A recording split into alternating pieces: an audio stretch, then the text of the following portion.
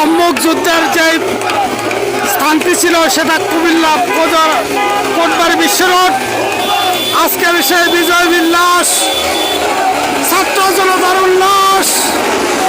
আজকে দেখেন লক্ষ লক্ষ ছাত্র জনতার উল্লাস। আজকে এই সম্মুখ যুদ্ধে শত শত আমাদের